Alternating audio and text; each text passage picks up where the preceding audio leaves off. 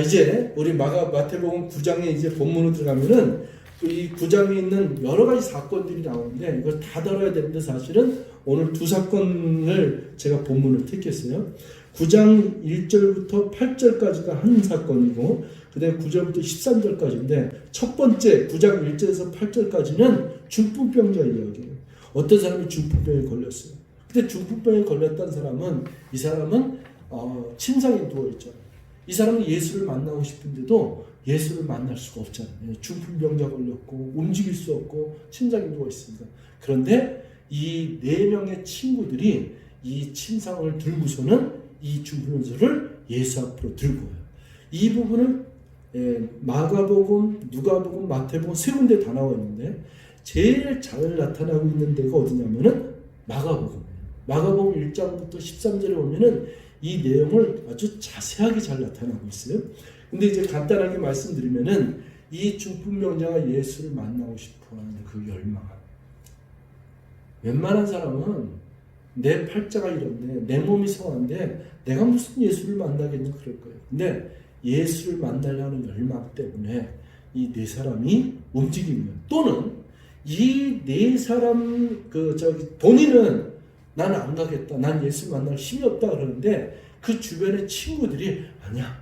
너는 살 수 있어. 너는 일어날 수 있어. 너 소문도 못 들었냐? 눈먼 자가 일어난다는 걸 갖다가 눈을 떴다는 소문을 못 들었냐? 내가 너를 데리고 갈 테니까 너는 반드시 예수를 만나면은 너는 다시 한번 고칠 수 있어. 네. 어쨌거나 예수를 만나러 온 줄 믿습니다. 중요한 게 뭐냐면 4사람이 열정 가지고 친구를 데리고 왔던 아니면 이 친구가 야, 내 친구들아, 동료들이요, 나도 예수님 만나서 팔자 좀 고치자, 나 좀 데려가다오, 이렇게 외쳤던 간에 중요한 거는 예수 앞에 나온 줄 믿습니다. 그 다음에 이제 예수님 앞에 나왔더니 그 옆에 있는 서기관이 의심한 거 아니에요?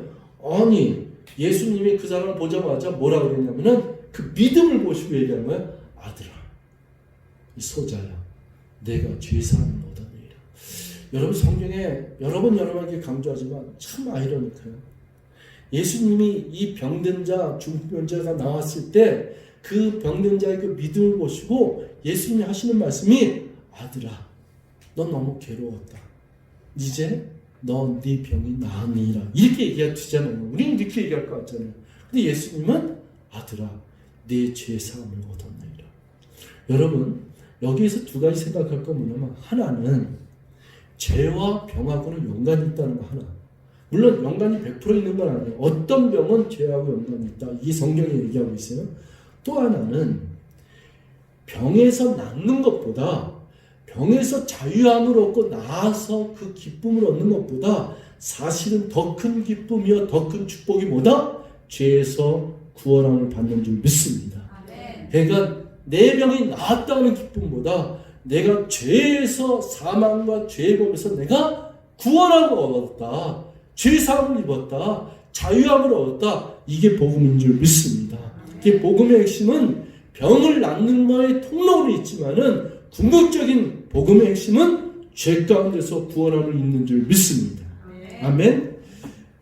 네, 그 다음에 이제 좀 시간이 없어서 바로 뒷파트로 넘어가서 9절부터 13절에는 마태가 있어요. 마태는 뭐냐면은 세리예요. 여러분 잘 알고 있는 삭개오 같은, 삭개오는 세리 장이었었죠. 부자죠.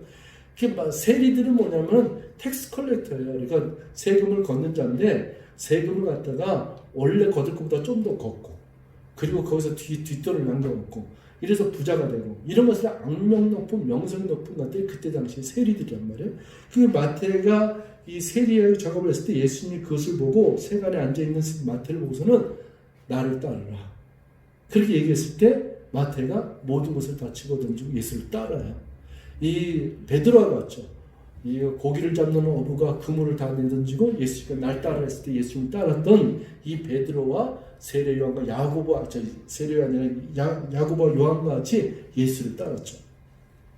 마찬가지로 마태가 예수를 따라갔는데 예수님 마태의 집에서 음식을 먹는 거예요. 식사 초대를 받아서. 근데 그 음식을 먹는데 보면은 마태 세리의 친구들도 있었고, 그리고 사람들한테 죄인이라 취급받는 악명 높은 명성 깊은 이런 사람들이 같이 와서 식사 초대해서 식사를 하고 있는 거예요.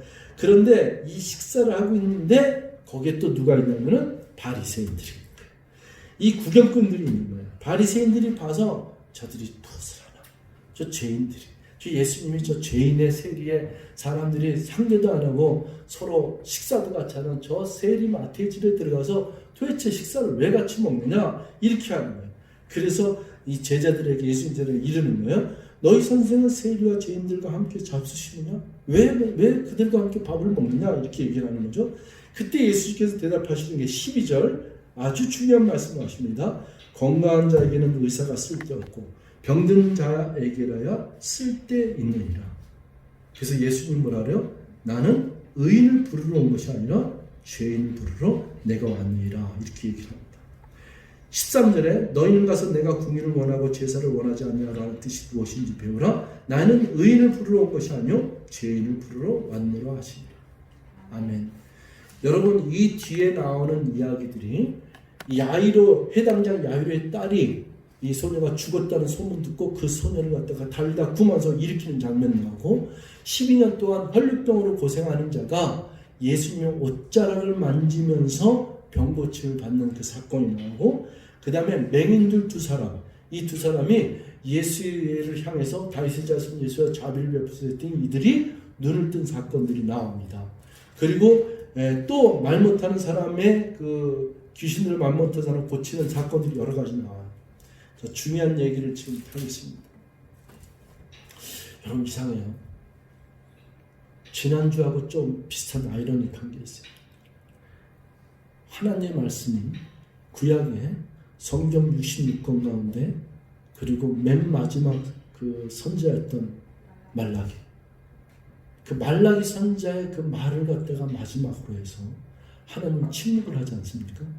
침묵을 400년 동안 하고 난 뒤에 그 침묵을 깨고서는 첫 번째로 선지자로 입술을 열어서 해야 될 사람이 왕도 아니었었고, 디베로 가이사 황제도 아니었었고, 본디오 빌라도도 아니고, 헤롯 안티파스도 아니고, 그리고 대제사장인 가야바 안나스도 아니고, 오히려 30년 동안 빈들에서 메뚜기와 석창만 먹고 낙타털을 입고, 낙타털을 뗀 그 옷을 입으면 30년 동안 이 수염을 길고 머리를 길게 하고 머리 자랐던 나시에 살았던 빈들에서, 광야에서 외치던, 광야에서 기다리던 침례 요한에게 임한 자, 이런까지. 이 정치적으로 저 회당에 높은 자리에 있을 사람들에게는 임하지 않고 빈들에 있는 자에게 임했습니다.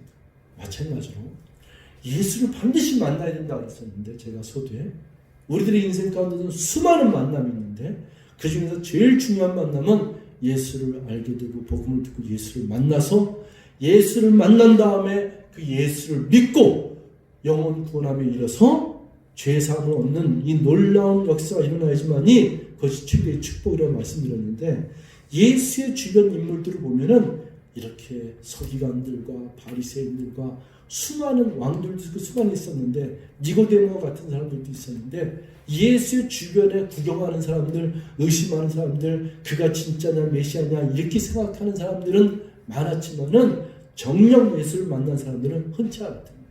근데 그 예수를 만난 사람이 누구냐? 이 성경에 마태복음 8장 9장에서만 보더라도, 또 복음서 전체를 보더라도 누가 만나면 이런 사람들이 많는 거야.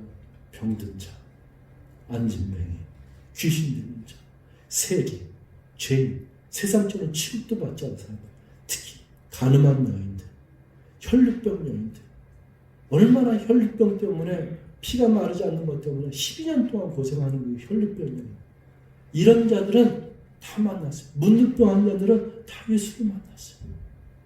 여러분, 중요한 거 한 가지, 예수를 만나는데 커다란 가운이 필요한 것도 아니에요.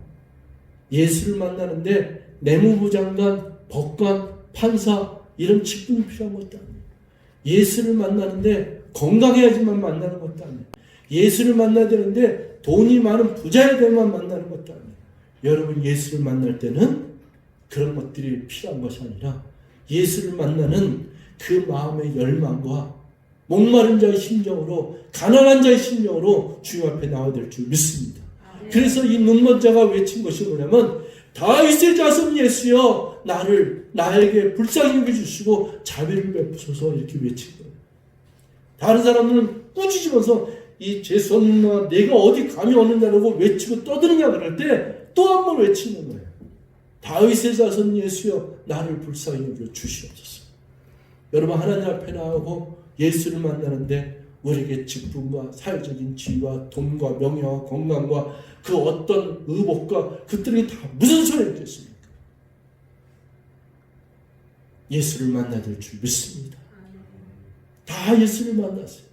그 예수를 만난 자들은 예수를 만난 다음에 그들에게 뭐라 했냐면은 여기 나와요. 눈을 고친 자들에게 예수님이 뭐라 그러냐면은 가서 아무에게도 얘기하지 말아라.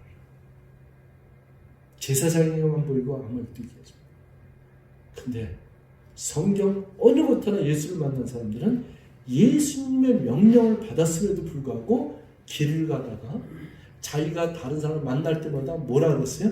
나 병 고치고 나갔다. 나 예수를 만났다. 나 살아났습니다 하고 기쁨으로 춤추면서 소문을 퍼뜨린 자들이 누구다? 그들입니다. 이게 바로 복음인 줄 믿습니다.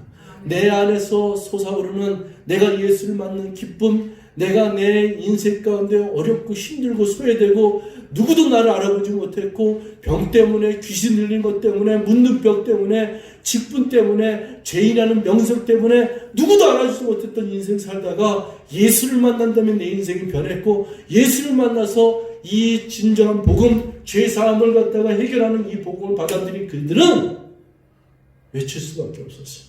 전할 수밖에 없었어요. 소문을 낼 수밖에 없어요. 난 예수를 만났습니다. 나는 병 고침을 받았습니다. 난 예수를 만나서 죄사함을 얻는 은혜의 구원을 받았습니다. 이걸 고백할 수밖에 없었습니다. 사랑하는 성도 여러분, 여러분 인생 가운데 예수님 만난 것, 이 복음을 만난 것, 전할 수밖에 없는 이 기쁨과 찬양이 춤추며 뛰면서 찬양을 올렸던 것처럼 여러분의 삶의 어려운 현장 속에서도 기쁨으로 그리고 이 복음으로 꼭 승리하시기를 주여로 축원드리겠습니다. 성령의 기름 부어주시고 여러분의 꿋꿋한 믿음의 고백과 또한 신앙의 고백 위에 성령께서 함께할 줄 믿습니다. 기도하시겠습니다. 사랑의 하나님 고맙습니다. 오늘도 저희들에게 또 신약 성경으로 접어들면서 또 마태복음 9장에 있어 정말로 하나님 이 예수님 주변에 수많은 사람들이 있었습니다.